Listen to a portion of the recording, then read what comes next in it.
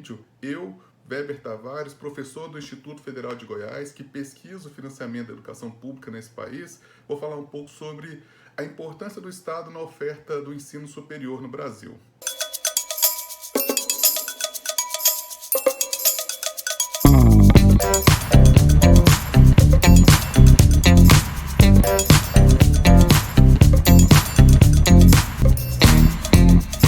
Eu queria muito começar citando Paul Berg. Paul Berg foi um químico estadunidense, vencedor do Prêmio Nobel, que era um grande crítico das empresas privadas que se intitulavam como donas da ciência, por uma razão muito óbvia. Antes do investimento das instituições privadas, houve muito investimento do setor público, em especial na ciência básica. E qualquer nova invenção se ancora na ciência básica. Então ele sempre criticou isso lá nos anos 50, nos anos 60, essa lógica de que é o setor privado que investe em pesquisa. Calma aí, cara pálida, não é bem assim e alguns dados aqui vão ao encontro dessa afirmação. Muito bem, existe uma tese muito defendida, a tese do risco pela recompensa, em que o setor privado começa a falar assim, opa, quer dizer que eu assumo um risco, logo eu mereço a recompensa. Eu poderia citar 1 milhão de exemplos, eu vou para um para mim que é bem emblemático. Eu peguei os dados da ABC Pharma, que é uma entidade que reúne instituições do segmento farmacêutico privado, né? E aí eu peguei um dado que mostra que existe um medicamento chamado Zolgensma, que ele é utilizado para tratamento de atrofia muscular em crianças. O custo dele é de 2 milhões de dólares por aplicação. É isso, 2 milhões de dólares por aplicação, crianças de 2 anos. A questão é que houve muito investimento e a empresa que fez esse investimento hoje tem todo esse dinheiro de volta. Ok, a pergunta que eu faço é, foi só a empresa privada que fez esse investimento? O investimento em ciência pura, que foi feito pelas instituições públicas, não entra na conta? O investimento da formação desses pesquisadores, que notadamente se dá nas instituições públicas, não entra na conta? E mais, o investimento que o setor público faz nas indústrias privadas não entra na conta? Então é como se nós disséssemos aqui que o setor privado de fato assume parte do risco, mas o que a gente vê é que ele fica com a maior parte ou com quase toda a recompensa. Bom, o nosso argumento geral é que em diversos setores da economia a sociedade depende do Estado. Seja porque o setor privado não tem interesse, ou seja porque o setor privado não tem competência para atuar. E é sobre isso que a gente vai falar a partir de agora, com foco no ensino superior. Bom, pessoal, o ensino superior brasileiro, eu vou trazer aqui alguns dados que eu extraí do Censup, que é o Censo do Ensino Superior, produzido pelo INEP, né, uma autarquia do MEC. Eu estou trazendo dados do Censup 2022, porque são os dados que são publicados até ali agosto, setembro, outubro, no segundo semestre de 2022, relativos ao ano de 2021. Como eu estou gravando esse vídeo em junho de 2023, os dados do Censup 2023 com informações de 2022, infelizmente, ainda não estão disponíveis. Então é por isso que a gente está usando dados do Censup 22 com informações de 2021. Mas vamos lá. O Brasil possui mais ou menos 2.500 instituições de ensino superior. Dessas, 313 são públicas, entre federais, estaduais e municipais, e 2.260 são privadas. Então esse é o panorama, né? Regra geral é como se nós disséssemos assim, 87% das IES são privadas e 13% são públicas. Nós temos aproximadamente 9 milhões de matrículas, né? 8,9 milhão de matrículas. Vamos arredondar para 9 milhões. E concluíram o ensino superior em 2021 1,3 milhão de estudantes. Então esse é o tamanho da rede de ensino superior do Brasil. Muito bem. Vamos dar uma olhada na participação privada dentro dessa rede. Então, como eu já disse, 87% da rede são instituições de ensino privada. 76% das matrículas, daqueles 9 milhões de matrículas, 6 milhões, 6,9 milhões, quase 7 milhões, são privadas. E essas instituições de ensino superior privadas atingem 748 dos 5.570 municípios do Brasil. Então, notem que existe uma infinidade de municípios brasileiros que não possuem instituições privadas, e daqui a pouco a gente vai falar sobre isso, especificamente. Bom, então nós falamos aqui que 87% das instituições de ensino superior do Brasil são privadas. Muito bem. Como todos já devem saber, existem tipos de instituições privadas, né? Faculdades, centros universitários e universidades, que são aquelas que gozam de autonomia universitária e que, por isso, possuem uma série de prerrogativas que as demais não possuem. Muito bem. Quando a gente olha especificamente para as instituições de ensino superior da dependência administrativa universidade, a gente descobre que existem pouquíssimas universidades privadas. São 91 universidades privadas, ou seja, o setor privado tem 2.261 instituições de ensino superior e dessas 2.261, só 91 são universidades. E, no caso das públicas, daquelas 313 instituições de ensino superior pública, 151 são universidades. Quer dizer, então, que no Brasil possuímos, tenho citado aqui, 242 universidades. Das universidades, 62% são públicas. Então, notem a primeira questão que chama a atenção. Do volume de instituições de ensino superior, só 13% são públicas, 87% são privadas. Do volume de universidades, que é a instituição de ensino superior por excelência, nós temos 62% de públicas e 38% de privadas. Isso é um sinal importante. Mas vamos em frente. Quando a gente pensa comparar as instituições públicas com as privadas, a gente pode utilizar vários mecanismos de comparação. Eu vou falar primeiro do formação docente. Acho que há um consenso de que a formação docente tem impacto direto sobre a qualidade do ensino ofertado por uma instituição de ensino superior. Muito bem. No caso das instituições privadas, 29% dos docentes são doutores. No caso das públicas, esse número atinge 75%. É uma diferença, de fato, abissal e que tem impacto direto naquilo que é oferecido a seus estudantes. Seguindo adiante, eu gostaria de falar um pouco sobre essa distribuição espacial, seja das universidades públicas, das instituições de ensino superior pública e das instituições de ensino superior privadas. Muito bem, eu tinha colocado há pouco que a gente tem no Brasil 5.570 municípios, desses 5.570 municípios, em aproximadamente 20% deles, nós temos instituições de ensino superior, públicas ou privadas, né? Na maioria deles, nós temos as duas. Mas o que mais chama a atenção são aqueles municípios que possuem só instituições públicas ou só instituições privadas. Porque na pesquisa que fizemos, a gente percebeu uma diferença muito interessante dentre essas duas categorias, que é o seguinte: 260 municípios brasileiros possuem apenas instituições privadas. Outros 334 municípios brasileiros possuem apenas instituições públicas. Acontece que nesses 260 municípios, a gente tem uma média de 63 mil habitantes por município. E naqueles 334, onde não tem instituição privada, só tem pública, a gente tem uma média de 40 mil habitantes. Então notem que essa distribuição espacial não é por acaso. As instituições privadas vão para os municípios onde há potencial de retorno financeiro. Essa é a lógica de distribuição de uma instituição de ensino superior privada. Ao passo que nas instituições de ensino superior públicas, a lógica não é essa. A lógica está muito mais vinculada com a necessidade do território. Então, a partir do momento em que quando existe um planejamento setorial que demonstra que existe necessidade de ensino superior, ali se constrói uma universidade pública. Notem que esse dado evidencia uma diferença na lógica de implementação que faz toda a diferença para um país que quer levar a educação a sério. Bom, seguindo adiante, pessoal, eu queria falar especificamente sobre a lógica do financiamento. A gente colocou aqui em 3 categorias, né? O financiamento público, em essência, ou seja, dinheiro público voltado para a educação pública gratuita, que é oferecido em universidades públicas, sejam elas federais, estaduais ou municipais. Isso é um modelo de financiamento. Existem outros modelos. O ProUni, Programa Universidade para Todos, é um modelo de financiamento, em que os estudantes receberão bolsas integrais ou parciais, com dinheiro público, para estudar em instituições de ensino privadas. Esse é um modelo, com bolsa. Um outro modelo é o FIES, que é o Fundo de Financiamento Estudantil, lá da Lei 10.260. Lá, o estudante também receberá um recurso para estudar em instituições privadas. Então, vamos considerar que existem 3 grandes modelos de financiamento. Existem outros financiamentos, tá, pessoal, que também são relevantes, mas não cabiam aqui nessa apresentação.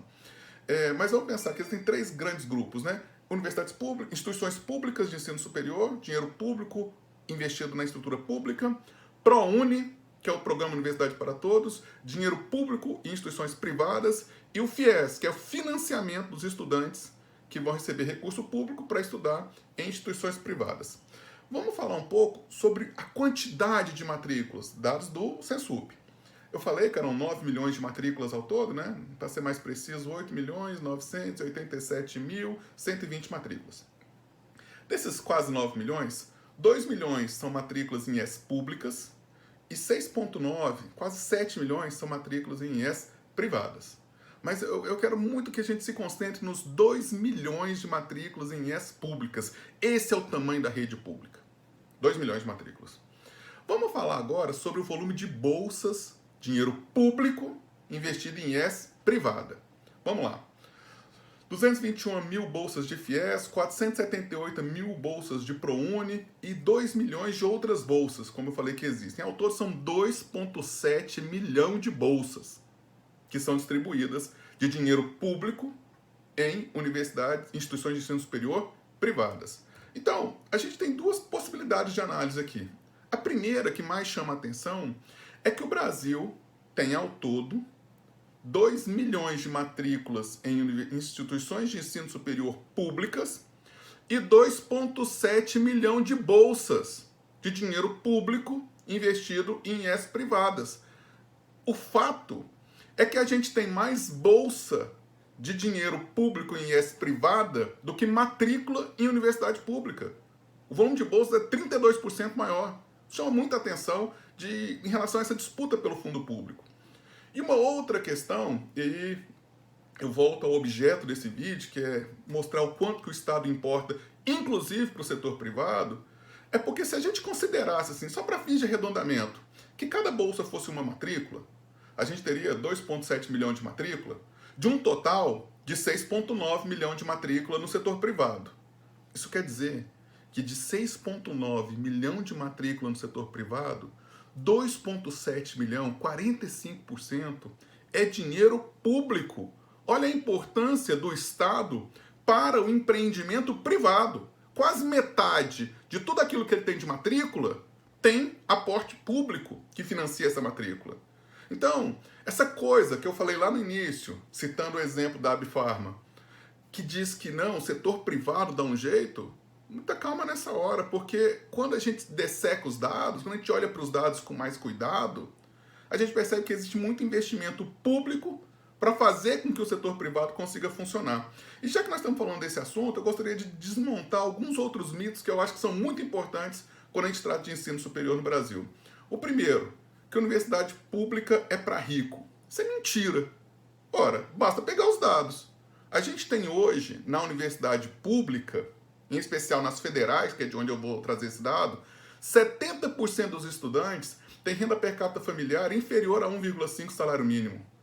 As pessoas olham para alguns cursos, importantes cursos de altíssima concorrência, onde 50% das vagas da ampla concorrência são quase todas preenchidas com alunos de escolas privadas, de onde vem um público que de fato tem maior poder aquisitivo, e acha que aquilo é o retrato da Universidade Federal. Mentira! O retrato da Universidade Federal não é o seu curso de medicina. Lá naquele curso de medicina, sim, 50% das vagas que são reservadas para ampla concorrência vão ser majoritariamente ocupadas por um público classe AA, classe B, classe A. Agora, boa parte da universidade é ocupada por outros públicos. 70%, esse é o dado, é de gente que tem renda per capita familiar inferior a 1,5 salário mínimo. 27% é de gente que tem renda per capita familiar inferior a 0,5 salário mínimo. E há quem defenda o fim da universidade pública. E 70% dos brasileiros vão para onde? No caso dos institutos federais, né, da Rede Federal de Educação Profissional Científica e Tecnológica, que eu sou professor e defensor, o dado é ainda maior. 78% dos estudantes têm renda per capita familiar inferior a 1,5 salário mínimo. Quase 80% daquele grupo de alunos está nesse extrato de renda. 34% dos alunos da rede federal, e são dados de 2021 que nós extraímos lá da plataforma Nilo Peçanha, 34% tem renda per capita familiar inferior a meio salário mínimo. Então quem defende a ideia de que não, o ensino superior deve ser privado, ele na verdade defende uma lógica elitista que exclui quase 80% do país. Seguindo adiante na desconstrução de alguns mitos, Eu peço desculpas, às vezes algumas informações estão sendo colocadas aqui de forma bastante ligeira, mas todas as fontes serão disponibilizadas junto ao vídeo. Existe um outro mito que é muito falado, em especial nas campanhas eleitorais da extrema-direita, que diz que o Brasil aplica muito dinheiro público em educação, muito mais que outros países. Aí vem lá um pseudo-economista falando assim, não, o Brasil gasta 6% do PIB em educação, ao passo que os Estados Unidos gasta só 4,9%, ou o Chile gasta só 4,8%, o que é verdade. O Brasil gasta 6%, tem a meta de gastar 10%, de acordo com a própria lei, né, a Lei 13.005, de 2014, e o Brasil gasta só 6%. Os Estados Unidos gasta 4,9%. Mas, cara pálida, de que PIB você está falando? O Brasil gasta 6% do PIB brasileiro, os Estados Unidos gasta 4,9% do PIB deles. É lógico que o volume de dinheiro é muito maior. Só que isso, esses economistas não falam. O Chile gasta 4,8% do PIB, um PIB menor que o PIB brasileiro. Mas qual o tamanho da rede de ensino que tem no Chile? Quantas matrículas nós estamos falando? O professor Nelson Cardoso do Amaral, aqui da Faculdade de Educação da Universidade Federal de Goiás, faz um estudo espetacular em que ele vai mostrando, a partir dessa informação inicial, que aquilo que interessa, que é o dinheiro efetivamente gasto por matrícula em dólar PPP, paridade de poder de compra, no Brasil, é muito menor. Trouxe aqui os dados especificamente comparando com Estados Unidos e Chile. O Brasil gasta 3.439 dólares PPP por matrícula. Os Estados Unidos gasta 11 mil, mais que o triplo. O Chile gasta 4.325 dólares PPP por matrícula. Então, pegar só o dado do PIB é enganar as pessoas. Porque o dado do PIB é um dado, ok. O Brasil gasta 6% do PIB, Estados Unidos gasta 4,9% do PIB. É verdade. Só que quando você pega o tamanho do PIB e o tamanho da rede, você descobre que o Brasil gasta 3.400 dólares PPP por matrícula ano e os Estados Unidos gastam 11.775 dólares PPP por matrícula ano. Essa é a verdade. Isso que as pessoas precisam compreender. Um outro mito muito famoso, que me tira do sério, é dizer que o custo médio dos alunos das universidades federais é um absurdo quando se compara com a universidade privada. Bom, primeira coisa, a gente tem que entender o que nós estamos comparando.